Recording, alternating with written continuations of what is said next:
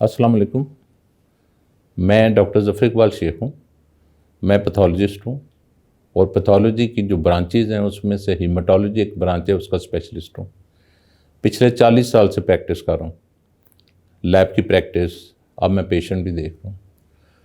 मैं king Edward का पढ़ा हूँ, MBBS वहाँ से किया। उसके बाद मैंने पोस्ट ग्रेजुएशन में दाखिला लिया, काम किया। उसके बाद मैं दूसरे कंट्री गया, यूरोप गया, इंग्लैंड गया। उसके बाद यहाँ पे लेबॉर्ट्री खोली जिसका नाम लैबएक्स था, jail road. Famous laboratory, everybody knows, जो पुराने लोग हैं। और उस लेबॉर्ट्री में उस वक्त तो लेबॉर्ट्रीज कोई नहीं थी। आगा खान नहीं था, शौकत खानम नहीं था, बल्कि शौकत खानम के टेस्ट शौकत खानम साहबा के मैं ही करता था जब वहाँ पे वो अपना ट्रीटमेंट करवाने आती थी।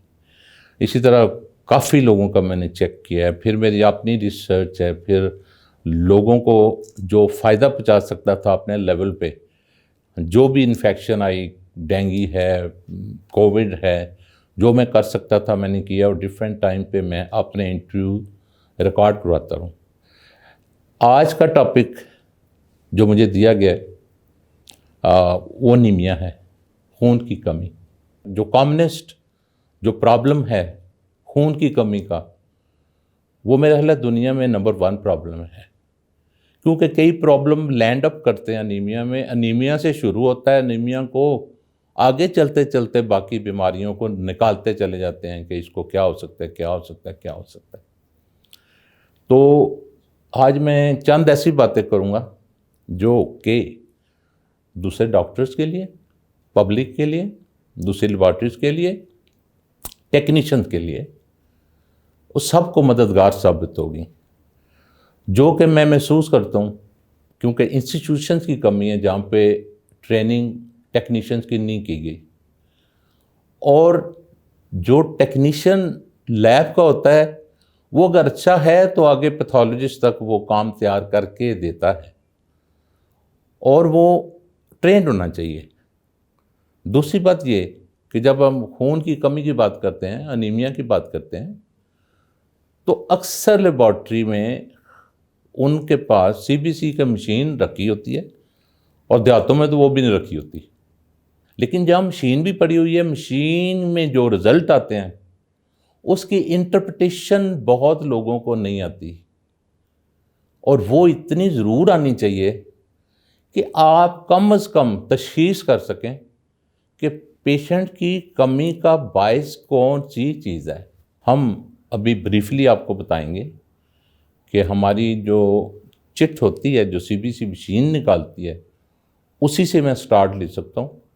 तो ये एक CBC की स्लिप निकलती है, तकरीबन हर लैब वाला जानता है, लेकिन हर लैब वाला ये नहीं जानता कि इसको कैसे इंटरप्रेट करना है।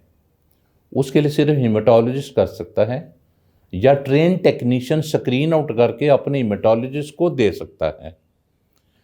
और बड़ी अजीब बात है, अगर ये पैरामीटर नॉर्मल है तो बहुत सी लैब नॉर्मल को पास ऑन कर रही हैं कि इसको तो कुछ नहीं। लेकिन देखना चाहिए कि जिस बंदे ने ब्लड दिया है, पैसे खर्चे हैं, इतनी तकलीफ़ की है, ट्रांसपोर्ट पे आया है, तो उसने खून दिया है, तो बात तो ज़रूर है जिसके लिए आया है। तो हमें डिग आउट करना चाहिए, इन्वेस्टिगेट करना चाहिए कि लफ्ज़ CBC meaning complete blood counts only, उसकी शक्ल मॉर्फोलॉजी नहीं बयान की जाती जब तक कि उसकी ब्लड फिल्म ना बने। Step number 1, different laboratories, all laboratories, सबसे पहले international level, Europe, America, Pakistan, India, सारे लोग, सब लेबॉर्ट्रीज मशीनें एक ही तरह की रखती हैं। इस मशीन में जो स्ट्रिप निकलती है वो ये होती है, जिसको हर लेबॉर्ट्री अपने अपने खूबसूरत पेपर पे टाइप करके ये रीडिंग फीड कर देती हैं जो मशीन ने दी होती है। या मैं ये बात बताना चाहता हूँ कि यहाँ पे एक लफ्ज़ है MCV, ये दिया हुआ है। इसका मतलब होता है मीन सेल वॉल्यूम ऑफ, या mean corpuscular volume of RBC। अब मीन का क्या मतलब है? मीन का मतलब एवरेज। जब ये सारे छोटे बड़े टेढ़े सेल सबको मिला के divided by number of cell average मिल गया, अगर वो नॉर्मल भी आ गई तो क्या वो ब्लड ठीक था? नहीं। मैं अब आपको दिखाऊंगा नॉर्मल आरबीसी, जिसको मैं कह सकता हूं कि इसको अनीमिया नहीं है, इसके आरबीसी भी नॉर्मल हैं। तो इसी टॉपिक को आगे बढ़ाता चला जाऊंगा। ये मेरे पास एक फिल्म है मेरे मरीज की जो कि नॉर्मल था। आप गौर से देखें, ये रेड ब्लड सेल है जिसको हमने स्टेन किया हुआ है, कलर किया हुआ है। हम जिम्जा स्टेन इस्तेमाल करते हैं। ये प्लेटलेट हैं छोटी से छोटी पर्पल कलर, और ये रेड ब्लड सेल हैं जो यूनिफॉर्म है। तो ये नॉर्मल आरबीसी हैं। इसमें ये चांस है कि इसको कोई खून की बीमारी या नीमिया नहीं है। अब मैं अपनी अगली स्लाइड पे जाता हूँ, उससे आपको बताता हूँ कि कहाँ कहाँ डॉक्टर्स को, टेक्नीशियंस को गलतियाँ लगती हैं और फिर तशख़ीस नहीं हो पा रही। ये जो आपको स्लाइड दिखाने लगा हूँ, इसमें आप देखेंगे कि रेड ब्लड सेल दो किस्म के हैं। इसमें कुछ नॉर्मल हैं, कुछ बड़े हो गए हैं। ये प्लेटलेट पड़ी है। आज मेरा टॉपिक प्लेटलेट नहीं है। आरबीसी बड़े हैं, आरबीसी टेढ़े हैं, ओवल हैं, और 1, 2, 4, 6, 25% नॉर्मल भी हैं, जिसमें ये पड़ा है, ये पड़ा है, सो एंड सो ऑन। अब आप ये देखें, ये दूसरे से बड़ा है। बड़ा सेल जो है वो B12 की कमी से होता है, या B9 की कमी से होता है, या जो लोग हेपेटाइटिस सी का इलाज करते हैं, या जो लोग रूमेटॉइड आर्थराइटिस का इलाज करते हैं और उसमें मिथोटेक्सेट जैसी चीज़ें देते हैं, ये उनमें पाया जाता है। और क्योंकि इसका अपना सिस्टम ख़राब होता है आरबीसी का, जिसमें डीएनए इन्वॉल्व है। डीएनए की जो अपनी खुराक है, डीएनए की जो ज़रूरत है प्रॉपर डीएनए बनाने की, वो 90% B12 की ज़रूरत होती है, और 5 to 10% B9 की, या वो दोनों की combination 90%, 90% B12, about 5 to 7% folic acid, और 2-3% जो रह जाता है वो लोग हैं जिन्होंने बदकिस्मती से बहुत ज़्यादा दर्दों की दवाइयाँ खाई होती हैं, हकीमों की दवाइयाँ खाती होती हैं जिसका उनको फार्मूला नहीं पता, जो कि बोन मैरो के लिए बोन मैरो डिप्रेशन करती हैं और अल्टीमेटली खून की कमी करती हैं। तो ये अभी मैंने जो बात मुकम्मल की है वो ये बड़े सेल की मैंने मुकम्मल की है। और बड़े सेल पैदा कहाँ होते हैं? जब भी B12 की कमी होगी। अब आपका सवाल पब्लिक का मेल ये होगा कि B12 के क्या काजेज़ हैं, इसके जो डेफिशिएंसी है उसके क्या काजेज़ हैं। सबसे पहली मिलावट, दूसरा कार्बोनेटेड ड्रिंक्स, तीसरा जो मिलावट में किस किस्म की चीज़ आपको खिलाई जा रही है, तो वो आपका इंटेस्टाइन ख़राब कर रही है, आपकी एब्जॉर्प्शन ख़राब कर रही है, आपकी आहिस्ता आहिस्ता नीमिया करती जा रही है। तो वो मैक्रोसाइटिक डेफिशिएंसी, यानी बड़े जो सेल हैं मैक्रोसाइट, ये बढ़ जाएंगे और उसमें B12 डेफिशिएंसी पाई जाएगी, तो उसका रिजल्ट ये निकलेगा। तो उसके अलावा और बड़ी सी चीज़ें हैं, जैसे मैंने बताया कि दर्दों की दवाई और हेपेटाइटिस सी की दवाई, सो एंड सो ऑन। तो ये काजेज़ होते हैं जो कि अल्टीमेटली B12 का कम कर देते हैं, और B12 कम होने से इंटेस्टाइन ख़राब होती है, फिर एब्जॉर्प्शन ख़राब होती है। आप जो मर्ज़ी खा लें, आपका इंटेस्टाइन, चाहे आप फुल ऑफ ले रहे हैं B12 फूड, ताज़ा गोश्त ले रहे हैं, देसी अंडे ले रहे हैं, देसी मुर्गी ले रहे हैं, बकरा ले रहे हैं, कलेजी ले रहे हैं, व्हाटएवर, लेकिन आपका इंटेस्टाइन एब्जॉर्प्शन नहीं कर रहा क्योंकि वो ख़राब हो चुका हुआ है। तो वो ना मिनरल अब्जॉर्ब करेगा, ना B12, ना फोलेट। तो आप मरीज़ यही कहता रहेगा कि जी बहुत कुछ खिलाते हैं, बहुत कुछ खाते हैं, मगर जी हमारी कमज़ोरी, हमारे पाँव का सुन होना, हमारी मसल वीकनेस, हमारा बाल गिरना, हमारी इनडाइजेशन, हमारा ब्लोटिंग होना ख़त्म ही नहीं हो रहा। खाते तो हम सब कुछ हैं, मैं ये कहना चाहता हूँ, खाते वो ज़रूर हैं मगर वो वेस्ट हो रहा है, एब्ज़ॉर्ब नहीं हो रहा, टॉयलेट की नज़र हो जाता है। तो मैं अपने दूसरी स्लाइडों की तरफ आ जाता हूँ। इसमें ये लार्ज सेल हैं, ये स्मॉल सेल हैं और खाली हैं। अब ये स्मॉल सेल जो हैं ये आयरन डेफिशिएंसी की वजह से हैं। आयरन डेफिशिएंसी क्यों है? आयरन डेफिशिएंसी इसलिए है कि जब B12 हो चुकी है तो आयरन भी एब्जॉर्ब नहीं हो रहा, मिनरल एब्जॉर्ब नहीं हो रहे, कम हो रहे हैं। उसके अलावा क्रॉनिक ब्लड लॉस हो रहा है।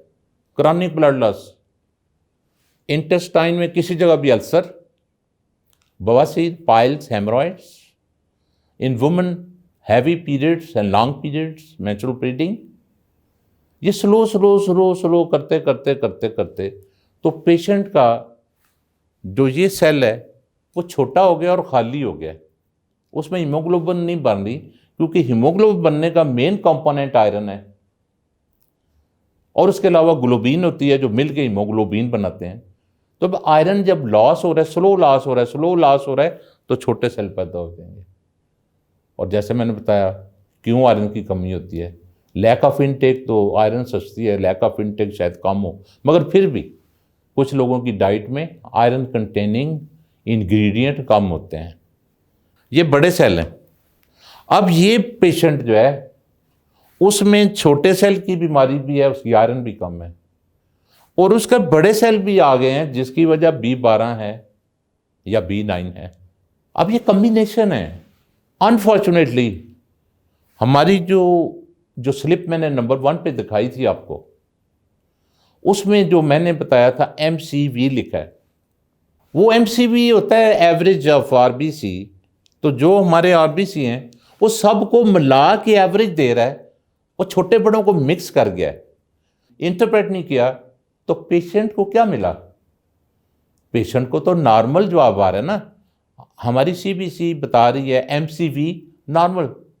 मैंने आपको जो ब्लड फिल्म दिखा रहा हूँ इसमें छोटा सेल और खाली सेल है, छोटा सेल और खाली सेल है, छोटा सेल और खाली सेल है। ये जो छोटे हुए हैं और खाली हुए हैं ये आयरन की डेफिशिएंसी से हुए हैं।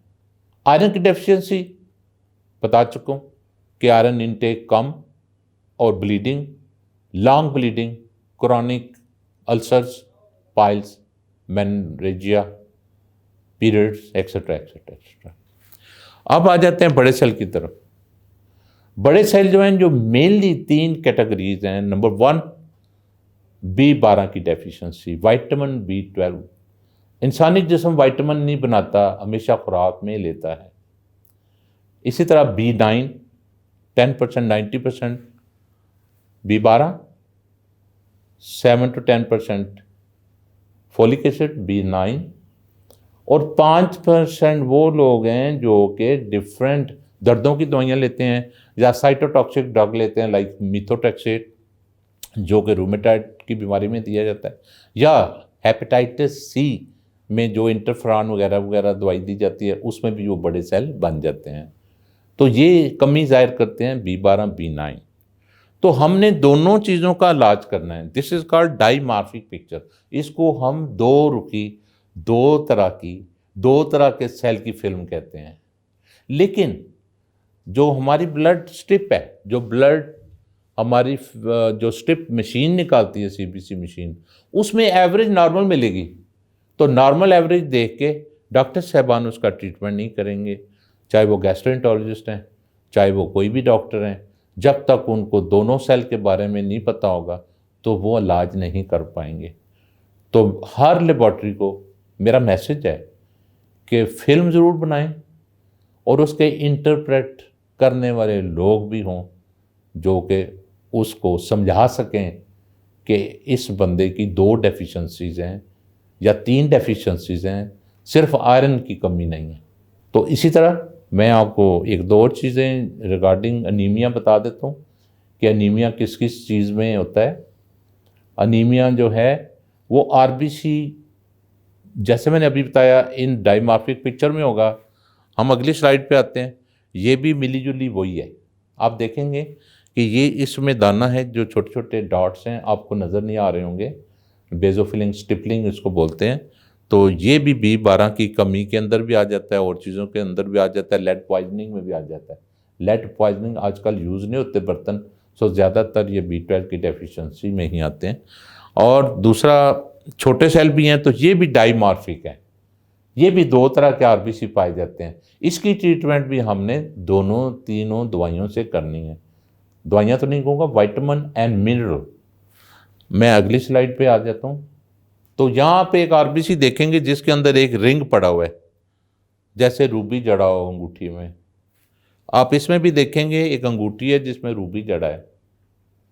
तो ये ट्रोफोजाइट स्टेज ऑफ मलेरिया है और ये RBC के अंदर पाया जाता है।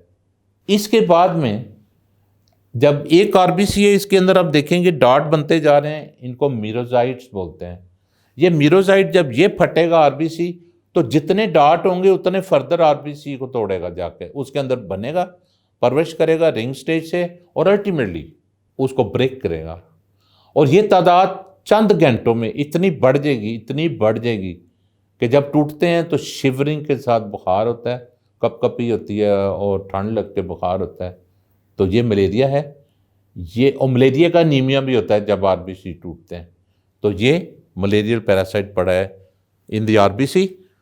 उस पेशेंट में मैक्रोसाइट भी पड़ा है, जो कि मैंने अभी कहा था कि B12 की कमी, B9 की कमी वाला सेल ये भी हो सकता है। तो इसमें मैंने मलेरिया बता दिया है, मैंने मैक्रोसाइट बता दिया है जो कि B12 B9 की कमी की वजह से है। मैं अगली स्लाइड भी दिखा देता हूँ। ये भी मलेरिया है।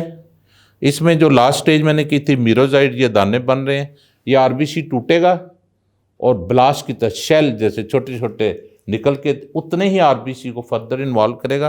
तो एक जो है वो 20 को करेगा, 20 जो है वो 20 को करेंगे, तो घंटों में मलेरिया जो है वो सारा ब्लड को इन्वॉल्व कर जाएगा। और एक हद पे जाके जब बहुत ज़्यादा शिवरिंग और 104-5 बुखार होता है, तो मलेरिया कैन अटैक ब्रेन, वो ब्रेन पे भी चला जाता है, जिसको हम सेरिब्रल मलेरिया कहते हैं। तो वो बंदे फिर सेमी कॉन्शियस हो जाते हैं, बात का बेहोश भी हो जाते हैं। तो इसको जल्दी डायग्नोज करना चाहिए ताकि इंसान की ज़िंदगी बच जाए। मैं अगली स्लाइड पे आ जाता हूँ। अगली स्लाइड मेरी जो है उसमें आप देखेंगे कि ये एक रिंग है RBC के अंदर, और फिर एक RBC है जिसके अंदर न्यूक्लियस है। ये न्यूक्लियस वाले जो सेल हैं ये बोन मैरो में होते हैं। जब RBC बोन मैरो से निकल के बाहर आता है तो इसका न्यूक्लियस ख़त्म होकर तो ये शक्ल ले लेता है, जिसको हम मैक्रोसाइट बोलें या नॉर्मोसिटिक बोलें, जो मैं अगला बता रहा हूँ आपको। तो ये रिंग जो है ये कैबॉट रिंग कहलाता है। ये भी कोई मिली जुली पोजीशन ही होती है जिसमें लेड पॉइजनिंग और B12 डेफिशिएंसी वगैरह वगैरह की वजह से बन जाता है। और कभी कभी हमारे कंजेनिटल डिजीज़ होते हैं जो बच्चों में पाए जाते हैं, तो उनकी एनीमिया होता है, खून की बहुत ज़्यादा कमी होती है, तो यहाँ से हमें तशख़ीस के लिए मदद मिलती है। तो ये भी कंजेनिटल एक डिज़ीज़ का हिस्सा है। मैं आपको अगली स्लाइड बताता हूँ। ये एक ऐसा मरीज़ है जिसमें टारगेट सेल है। टारगेट आप समझते हैं निशानाबाजी, जहाँ पर गन से टारगेट किया जाता है। इस RBC का नाम ही टारगेट सेल है। अब टारगेट सेल किस किस में आते हैं, वो भी हमारी लेबॉर्ट्री वालों का काम है कि वो पॉसिबिलिटीज़ तो लिख दें। क्या पॉसिबिलिटीज़ हैं? थैलासीमिया हो सकता है, जो कंजेनिटल बीमारी है, उसने इनहेरिट किया होता है, क्रोमोसोमल एबनॉर्मेलिटी चल रही होती है। तो वो जो माँ बाप जिसके एक भी माइनर हो तो बच्चों में चांस है, अगर दोनों माँ बाप माइनर हो तो थैलासीमिया मेजर बच्चे को हो सकता है। तो ये टारगेट सेल है, जब ये बढ़ जाएं तो हम इसका भी टेस्ट करते हैं। दूसरा इसका रीज़न लिवर इन्फेक्शन है। तीसरा इसका लिवर सवियर आयरन डेफिशिएंसी है। तो हम टारगेट सेल जब देखते हैं तो हमें 3 चीज़ों का देखना पड़ेगा। इसी में आप देखेंगे एक और RBC पड़ा जिसके अंदर न्यूक्लियस है। अब ये न्यूक्लिएटेड RBC जो है ये बाहर नहीं आता, बोन मैरो में रहता है। बाहर निकलेगा जब तो सिर्फ ये सेल निकलेगा, इसका न्यूक्लियस नहीं होगा। लेकिन ये बाहर आ जाए तो इसकी सिग्निफिकेंस भी होती है। काफ़ी बीमारियां जिसमें थैलासीमिया है, जिसमें माइलोफाइब्रोसिस है, जिसमें अदर कैंसर्स हैं जो बोन मैरो के अंदर जा चुके हैं। तो यहाँ से हमें इतनी चीज़ों का पता चल जाता है। मैं अपनी अगली स्लाइड की तरफ चाहता हूँ। इसमें आप देखेंगे कि ये खाली सेल है, ये टारगेट सेल है जिसके अंदर डार्ट है, ये भी डार्ट है, ये एक पियर नुमा या टीयर ड्रॉप सेल है, ये एक गाढ़ा सा सेल है जिसमें चंद डार्ट हैं, बेजोफिलिक स्टिपलिंग है। और आप डिफरेंट शेप देख रहे हैं, ये भी टीयर ड्रॉप की तरह है, ये भी टीयर ड्रॉप की तरह है। ये जो केस है अनीमिया की वजह से मेरे पास आता है, और उसका जब मैं डायग्नोज करता हूँ तो थैलासीमिया निकलता है। इस पेशेंट की हीमोग्लोबिन थी 4.8 टू बी वेरी एग्जैक्ट जब ये मेरे पास आई थी। अब कहते हैं लोग कि थैलासीमिया ट्रीट नहीं होता, वाकई नहीं होता, मगर थैलासीमिया के साथ अगर इसके बड़े सेल नमूदार हो गए हैं तो इसका मतलब है कि सिर्फ आयरन का चक्कर नहीं है यहाँ पे, उसको दूसरी न्यूट्रिशनल डेफिशिएंसी हो गई है। वो क्यों होती हैं कि थैलासीमिया वाले मरीज को मना कर दिया जाता है कि आप आयरन की चीज़ें ना खाएं, आप गोश्त में आयरन ना खाओ भाई, सेब में एप्पल में आयरन भाई ना खाओ भाई, लिवर कलेजी चाहे बड़े जानवर की हो, गाय की हो, चाहे वो बकरे की हो, दुम्बे की हो, ना खाओ भाई, इसमें भी आयरन है। और यार वो खाए क्या? तो ऐसे लोग मेरे पास आते हैं 4-5 पे थैलासीमिया माइनर के, एज उनकी होती है 20, 30, 35, लेकिन वो जा चुके होते हैं न्यूट्रिशनल डेफिशिएंसी में। जब मैं उनको ट्रीट करता हूँ, ये मेरी पेशेंट 4/8 पे आई थी, आज ये 12 पे है, मैंने तो खून नहीं दिया, इसकी डेफिशिएंसी मैनेज की है। तो ये एक बहुत बड़ी एग्जांपल है। और आज मेरे सेंटर पे ज़्यादा थैलासीमिया आना शुरू हो गया, इसलिए वो कहते हैं जी डॉक्टर साहब खून भी नहीं लगाते और हमारा खून अपना बढ़ा देते हैं, इससे अच्छी क्या बात है। फिर अगर उनको बार बार ब्लड लगे, वो आयरन ओवरलोड हो जाते हैं, उनके आरबीसी जब टूटते हैं आयरन रिलीज करते हैं। जब आयरन ओवरलोड हो जाएगी तो उसके हीमोक्रोमेटोसिस हो जाएगी, उसके लिवर में, उसके आर्गन में, डिफरेंट जगहों पे उसका आयरन डिपॉजिट हो जाएगा। तो वो जो है उसकी अलहदा फिर ट्रीटमेंट करते हैं, जो आयरन कम करने के लिए दवाइयाँ देनी पड़ती हैं, आयरन चिलेटिंग एजेंट्स। तो मैं ब्लड ज़्यादा नहीं दे सकता, ना मुझे देना चाहिए, ना मैं देता हूँ। और आप एक हद तक ब्लड दे सकते हैं। कई लोगों को 10 बैग के बाद एलर्जीज होनी शुरू हो जाती हैं डिफरेंट ब्लड डोनर से, किसी को 20 बैग के बाद, किसी को 40 बैग के, वो एक लिमिट है, उससे ज़्यादा आप दे ही नहीं सकते। तो सबसे पहले मैं सब डॉक्टर्स को कहूँगा ब्लड फिल्म देखें, उसकी पहले न्यूट्रिशनल डेफिशिएंसीज ठीक करें, जैसे B12, B9, आयरन वगैरह। हाँ आयरन, लोग कहते हैं जी आप आयरन ना खाएं क्योंकि आप थैलासीमिया के, आपकी आयरन बढ़ जाएगी। नो, मैंने आयरन वाले को ड्रिपें लगाई हैं क्योंकि इनकी आयरन भी कम निकली है, उनकी टोटल आयरन कम, उनका TIBC डिमांड ज़्यादा, उनका फेरेटिन भी कम। तो ऑनेस्टली मैंने उसको आयरन की ड्रिपें दी हैं और वो ठीक हो गए हैं। तो ये भी मेरा मैसेज है, please go for the reading of RBC और बंदों को ट्रेन कराएं। हम कोशिश कर रहे हैं नियर फ्यूचर, जगह मैंने ले ली है, जगह हमारे पास पहले भी थी, लेकिन एक इंडिपेंडेंट हीमाटोलॉजी सेंटर बना रहा हूँ जिसमें मैं ट्रेनिंग के लिए, मैं जो हैं वो साइंस के स्टूडेंट्स, BSc और लैब टेक्नीशियंस, मैं उनको पर्सनल अपनी लाइफ में ट्रेनिंग देना चाहता हूँ, जिससे सबसे ज़्यादा कमी पूरी दुनिया में इस वक्त ट्रेंड टेक्नीशियंस की है, जो कि खून की इंटरप्रिटेशन करते हैं, और डॉक्टरों की कमी है। डॉक्टर इज़ वेरी बिजी, उसको खुद स्लाइड कम देखने को मिलती है और बड़े काम होते हैं, तो वो इस ट्रेनिंग में इतना पार्ट प्ले नहीं करते। तो मुझे अल्हम्दुलिल्लाह कई सालों से मैं ये काम ज़रूर करता हूँ। और आज के टॉपिक में एनीमिया में जो बातें की हैं, these are just the outlines of anaemia. मौका मिला इंशाल्लाह तो मैं अगली बार और ज़्यादा बताऊंगा और कई और चीज़ों के बारे में बताऊंगा। Thank you very much.